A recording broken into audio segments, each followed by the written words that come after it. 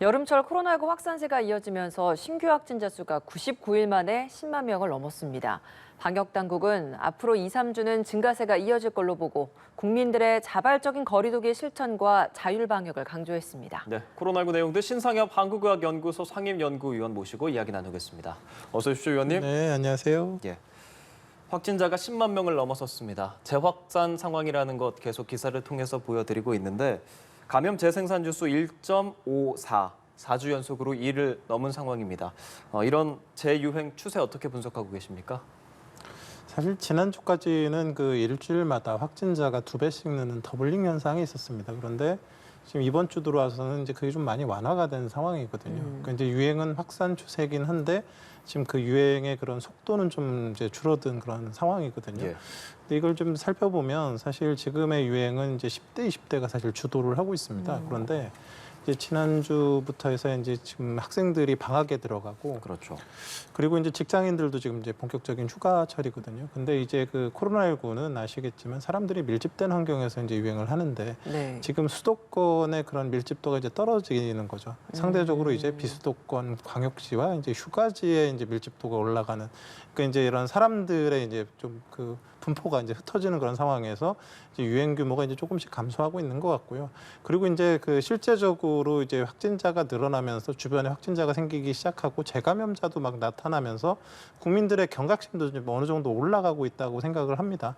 그래서 이런 요소들이 좀 그 이제 어우러지면서 이제 앞으로 이제 확진자 수는 이렇게 속도가 빨라지기보다는 이제 아마 전국 단위의 이제 그 범위가 넓어지는 형태로 당분간 좀 지속될 거라 생각을 하고 있습니다. 재유행 시작되고 나서 앞서 10대, 20대가 주도적으로 이번 확산 수치로 나타나고 있다라고 말씀하셨는데 재감염률도 10대, 20대 중에서도 많이 나타나고 있다고 그렇죠. 하더라고요. 이 재감염률이 높은 건 왜 그런 건가요? 뭐 일단 감염이 돼야 재감염이 되는 거지 않습니까? 근데 이제 10대, 20대, 특히 10대 같은 경우는 이제 주기적으로 검사를 해서 사실 확진자를 많이 찾아냈기 때문에 기저에 이제 확진자가 많은 상황이고요. 그리고 이제 10대, 20대들 같은 경우는 이제 백신 접종률이 좀 상대적으로 다른 연령대에 비해 낮기 네. 때문에 이제 어느 정도 방어력도 좀 약한 상황이고 그리고 기본적으로 사회 활동이 굉장히 활발하고 네. 그다음에 학교나 뭐 학원, 뭐 회사 다 마찬가지지만 뭐 산밀에 밀집된 환경에서의 생활을 오래 하는 그런 사람들이기 때문에 그런 확진자와의 노출이 이제 많을 수밖에 없거든요. 그래서 재감염이 사실 이제 그 많이 일어날 수밖에 없는 그런 연령대이긴 한데 실제적으로는 이렇게 이제 확진자가 늘어나게 되면 이제 뭐 이런 젊은 사람들이 한번 가볍게 앓고 지나갈 수 있지만 집에 계신 뭐 부모님들이나 조부모님들에게 이제 옮기게 되면 이제 또 다른 피해를 양상할 수 있기 때문에 이제 그런 부분들을 이제 같이 고려를 해야 됩니다. 근데 이제 3차 접종을 맞아야 되냐라고 여쭤볼 때마다 10대, 20대처럼 건강하다면 괜찮다.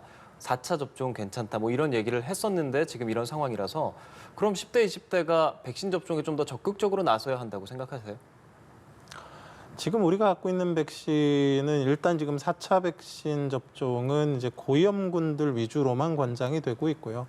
3차까지는 이제 전 국민 대상으로 권장이 됐었던 건 맞습니다. 그런데 일단 기본적으로 그 기초 접종, 그냥 우리가 갖고 있는 백신의 1, 2차 접종까지 맞게 되고 오미크론에 걸렸다고 한다 그러면 지금 전 세계적으로 유행하는 변이에 대해서 어느 정도의 방어력은 확보를 하고 있는 상황입니다. 예. 그래서 이 상황에서 지금 3차가 꼭 필요하냐 젊은 층에 이 부분에 대해서는 사실 어느 정도 논란이 있기 때문에 이제 젊은 분들 같은 경우는 기저질환이 있는 경우에 주치의와 상의하신 후에 3차 백신이 필요하다 그러면 맞으시는 게 좋을 거다라는 생각을 합니다. 예, 이번 코로나19 오미크론 세부 계통 변이인 BA.5가 우세종이 되어가고 있습니다. 이번 주에도 지난주에 이어서 우세종에 근접한 수준이라고 발표가 됐거든요.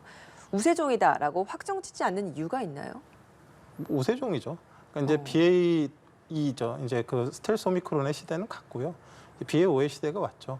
이제 이런 겁니다. 이제 우세종이라는 건 이제 결국은 이제 전파력이 더 강해야 되고 어느 정도 이제 주변 여건들이 좋아야 되는데 예. 이제 맨 처음에 지금 이제 그 우세종이었던 BA.2 같은 경우 이제 스텔스 오미크론 같은 경우가 전파력이 한 10쯤 되는데 5개 정도가 있었다 그러면 사람 하나를 놓고 과거에는 전파력이 한 15쯤 되는 BA.5가 하나 정도 있었던 거예요. 그럼 이제 경합을 하게 되면 사실 이기기가 어렵거든요. 그러니까 우세종이가 되기 어려운데 이제 사람들이 계속 이제 BA2에 계속 걸리면서 면역을 획득하고 환경이 변하면서 지금은 어떻게 됐냐면 1대1 정도까지 왔어요. 근데 전파력이 더 좋은 BA5가 당연히 이제 앞으로는 이제 균형이 무너질 수밖에 없죠. 그래서 뭐 이건 실제적으로 이제 BA5가 이제 우세종이 되는 건 기정사실이고 뭐 거의 뭐 100% 가까이 이제 갈 가능성이 이제 높다라는 거고 이제 그러니까 BA5는 뭐 우세종이 된 게 상수고 이제 우리가 대비해야 되는 그 상수를 놓고 어떻게 대응할지에 대한 부분들을 이제 논의를 해야 되는 상황이죠.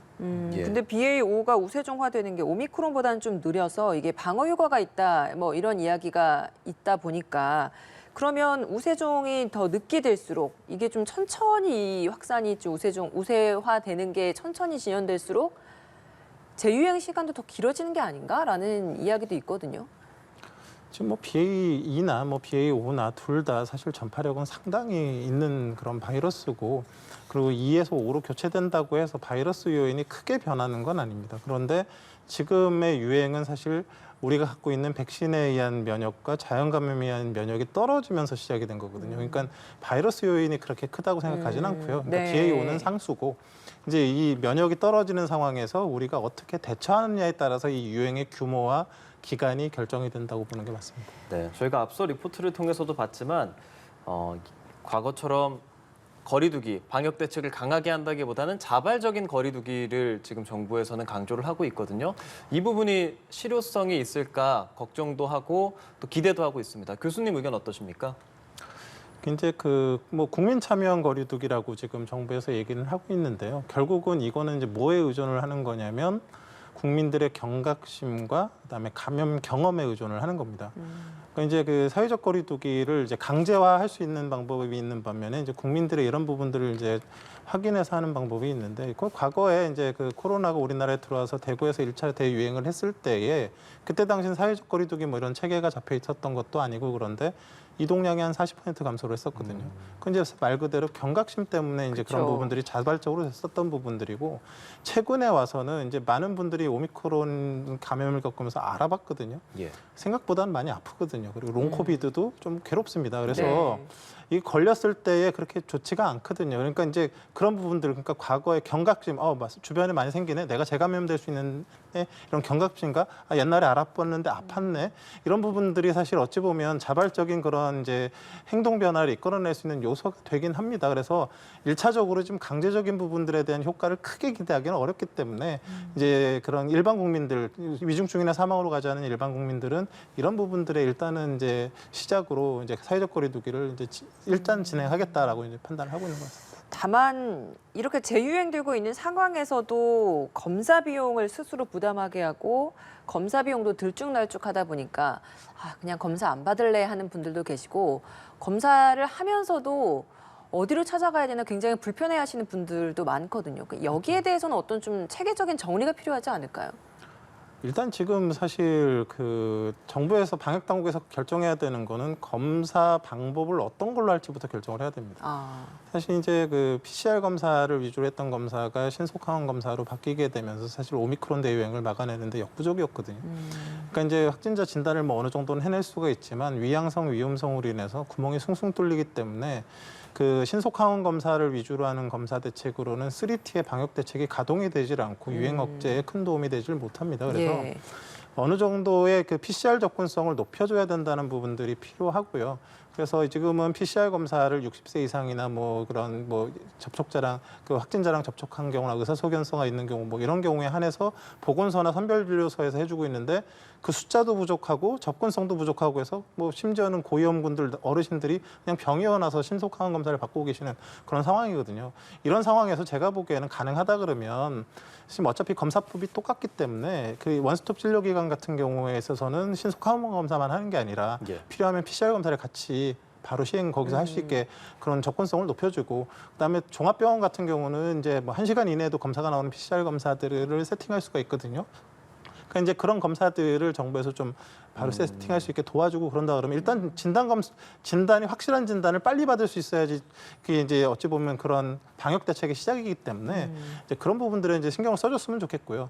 그리고 지금 이제 검사를 하러 가서 보면 신속항원 검사도 뭐 증상이 있으면 뭐 5,000원, 없으면 뭐 5만 원, 뭐 이렇게 상당히 좀 부담이 되는 그런 액수가 되면서. 그러니까요. 그게 이제 어느 정도의 그런 진단을 꺼리게 되는 요소가 되거든요. 지금 이제 유행이 대규모로 확산하는 상황에서는 사실 예산이나 이런 부분들을 국민들이 좀 편안하게 진단을 받을 수 있게 그런 진단 접근성, 이런 비용이나 이런 부분들에서도 좀 어느 정도의 그런 도움을 드리는 게 좀 필요하다고 생각을 합니다. 예, 그렇군요. 그리고 최근에 공연과 행사가 재개되고 있습니다. 일상으로 가는 상황에서 많은 분들이 이런 뭐 콘서트랄지 이런 곳들을 예매하고 찾아가고 있는데 물을 이용한 대규모 콘서트에서 확진이 발생했다. 이런 기사가 있습니다. 야외여도 확실히 좀 위험하다고 봐야 합니까, 교수님? 일단은 그 사람들이 대규모로 모여서 함성을 지르는 곳이면 사실 그 뭐 물을 뿌렸기 때문에 문제라고 저는 별로 생각하지 않습니다. 그렇습니까? 도리어 우리가 손을 씻듯이 물을 씻으면 바이러스가 씻겨나갈 겁니다. 이제 그런 물 자체가 문제가 아니라 사람들이 너무 많은 곳에서 밀접하게 접촉한 그런 상황들이 사실 지금은 어느 정도 제약이 없이 진행되고 있다라는 거죠. 예. 근데 지금 우리 국민들이 뭐 한 3년 가까이 이제 코로나19를 겪어오면서 뭐 어떤 인식이 좀 있으시냐면 사회적 거리두기 수준을 보면서 지금의 위험도를 어느 정도 평가하는 그런 부분들이 있거든요. 그러니까 지금 사회적 거리두기가 다 풀린 상황에서 경각심을 가지기가 좀 어려운 그런 부분들이 있어서 이게 실제적으로 감염 예방 효과가 아주 충분치는 않더라도 적절한 수준의 사회적 거리두기의 변동성이 좀 필요합니다. 예를 들면 뭐 실외 마스크 착용을 의무한다거나 아니면 대규모 행사나 집회 이런 부분들이 있어서 어느 정도의 제약을 좀 둬서 이런 부분들을 사람들에게 인지시켜주는 부분들이 감염 확산이나 이런 경각심 그런 부분들에서 도움이 될 수도 있기 때문에 그런 부분들을 이렇게 잘 살펴서 이제 그런 지금의 방역 정책에 반영을 하는 게 필요할 것 같습니다. 주최 측에서도 방수용 마스크나 뭐 이런 것들을 제공을 했다라고 하는데 그럼에도 불구하고 이렇게 확진 소식들이 하나둘씩 온라인상에서 고개를 드는 건 이런 정도의 방역이나 이런 관리로는 좀 어려운 게 아닌가 이런 이야기도 나오거든요. 현실적으로 그런 대규모 콘서트에서 코로나19 확진을 막는 건 불가능하다고 봅니다. 왜냐하면 뭐 이제 뭐 물이 뿌려졌든 안 뿌렸던 간에 뭐 마스크를 제대로 착용하기가 어려운 환경이고 함성을 지르면서 이런저런 접촉 감염이 생겨나기 때문에 뭐 그런 부분에 있어서는 사실 스스로 조심하는 수밖에는 사실 방법이 없었던 상황이고요. 그럼 스스로 조심이라고 하면 마스크 절대 벗지 않고 함성을 지르더라도 마스크를 쓰고 그리고 뭐 접촉은 최소화돼 끝나고 나면 손을 바로 씻고 뭐 이 정도입니까? 네, 그렇죠. 그런 것들이죠. 그래서 이게 정부에서 정책적으로 몇 명 이상은 모이지 말아라 이런 제한이 있는 건 지금 아니기 때문에 사실 이제 그런 데 가시는 분들은 어느 정도 위험성을 인지를 하고 본인이 이제 어찌 보면 스스로 조심하실 수밖에 없는 현실적인 상황이죠. 예, 스스로 조심하는 것이 자율적 거리두기 실천 방안이고 오늘 발표가 되니까요. 그 내용 조금 이따 좀 짚어보도록 하고요. 어제 질병청이 접종자가 코로나19 예방접종 미접종자에 비해서 심혈관 질환 위험이 낮다는 내용을 발표했습니다. 어떤 내용입니까? 그게 이제 7월 22일에 자마라는 굉장히 저명한 그 미국 의사협회지입니다. 이제 우리나라 연구 결과인데 제가 다 읽어봤거든요. 네. 정재훈 교수가 교신 저자라고 사실 백경란 차장님이 거기 저자로 들어가 있습니다. 근데 이게 이제 굉장히 중요한 게 뭐냐면 우리가 이제 그 백신 접종을 했을 때 위중증이나 사망을 줄여준다라는 걸 갖다 지금 계속 얘기를 하고 있지 않습니까? 네. 그게 구체적인 예 중에 하나가 되는 겁니다. 이제 코로나19로 입원을 하게 되면 혈전 관련된 합병증들이 상당히 많이 생깁니다. 그래서 뇌경색, 심근경색, 그런 이제 위중증한 그런 합병증들이 잘 생기게 되는데 백신 접종을 하게 되면 이제 그런 위중증이나 그런 사망으로 이룰 수 있는 중증 합병증들을 줄여준다라는 어찌 보면 이제 근거가 되는 그런 그 데이터를 내준 거고 결국은 이제 그 뭐 젊은 분들이 뭐 어찌 보면 큰 상관이 없겠지만 이제 그런 4차 접종의 대상이 되는 이런 분들 같은 경우에 있어서는 이런 백신 접종이 상당히 중요하다라는 그런 근거로서의 의미가 있다고 생각을 합니다. 알겠습니다.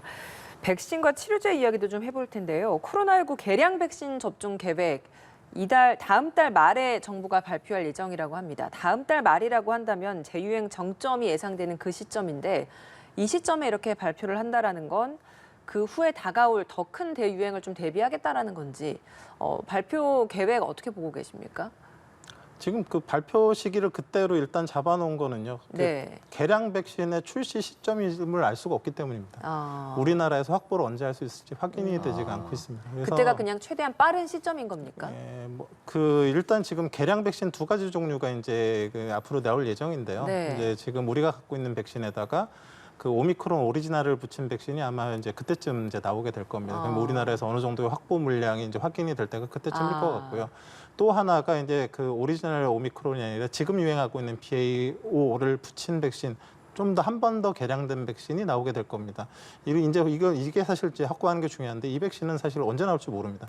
지금 미국이나 일본에서 지금 계속 그 회사를 독려하고 있는데 뭐 빨라야 9월, 10월 얘기가 나오고 있기 때문에 우리가 확보하는 건 그 시점보다 더 늦게 될 거거든요. 그러니까 8월 달에 발표하는 건 아마 지금 이 이가 백신 이제 그 오리지널 오미크론을 붙인 이가 백신이 이제 어느 정도 확보가 됐을 때 이걸 어떻게 하겠다 이런 부분들이 아마 그때쯤 되면 정리가 되지 않을까 싶은데 이게 불확실성이 이제 그런 승인이나 이런 생산 과정을 우리가 이제 관장하는 게 아니기 때문에 여러 여건상으로 지금 발표하기가 어려운 부분이 있는 것 같습니다. 예, 그렇다면 어떤 사람들이 백신에 맞게 될지 얼마나 효과가 있을지도 지금으로서는 확신할 수가 없는 거네요.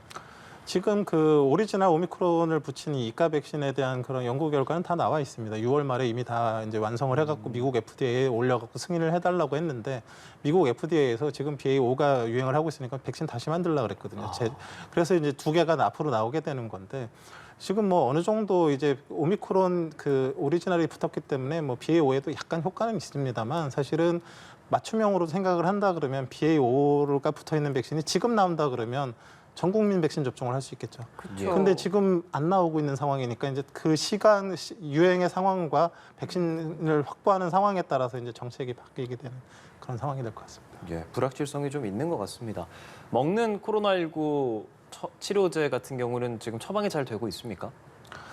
사실 이제 먹는 치료제가 확보는 사실 뭐 충분히 많이 되어 있는 상황입니다. 특히 이제 팍스로비드는 제가 뭐 이런 주변에서 확인을 해봐도 굉장히 효과적으로 확인이 되고 있거든요. 근데 이 팍스로비드와 같은 이런 약이 이제 가능하면 증상 초기에 이제 투여되는 게 중요한데 이게 실제적으로 의사 입장에서 이렇게 처방을 할 때 병용금기 약물이 너무 많고 확인하기가 굉장히 까다롭습니다. 그러니까 시간을 너무 많이 잡아먹습니다.